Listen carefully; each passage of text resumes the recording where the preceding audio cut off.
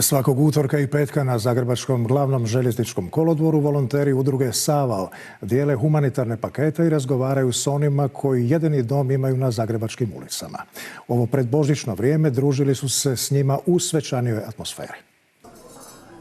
U hladnoj adventskoj noći volonteri udruge Savao organizirali su domjenak za svoje korisnike, kako bi i oni osjetili božićnu radost. Već 6 godina brinu o ljudima koji su na margini društva, a većini je ulica jedini dom.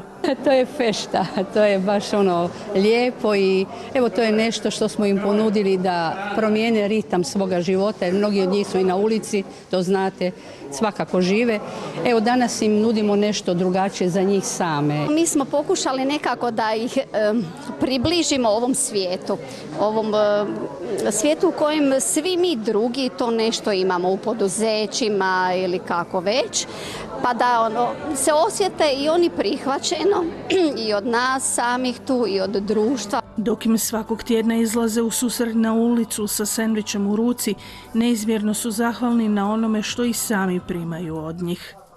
Bude jako emotivno zato što su oni potrebni ljudske blizine, ljudske topline i ljubavi, odnosno Božje ljubavi.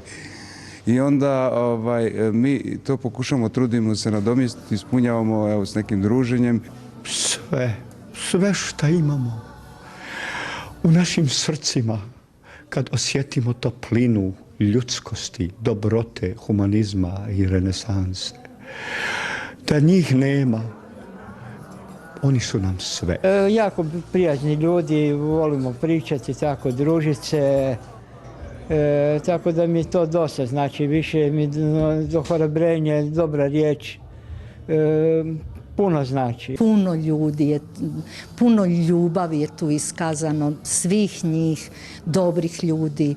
Ja se zahvaljujem djelatnicima KBC-a Zagreb jer su na poziv, oni su se odazvali, pakete smo složili, puno je ljubavi utkano u te vrećice.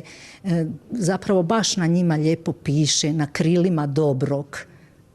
Ovaj domjenak je uspio zahvaljujući puno dobroga. Ugodna atmosfera i druženje uz osmijehe na licu ono je što je obilježilo ovu noć, jer barem na trenutak njihova je stvarnost bila drugačija, a to i jest bit Božića.